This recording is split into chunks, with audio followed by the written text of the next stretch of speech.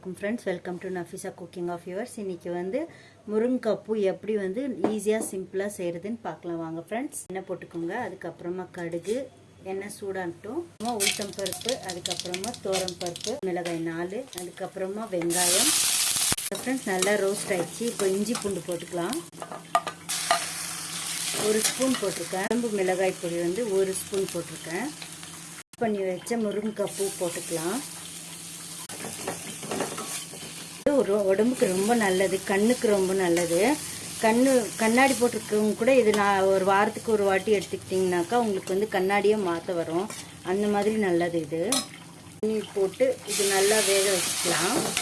பூ கொஞ்சோண்டு தண்ணி போதும் போட்டுக்கலாம்.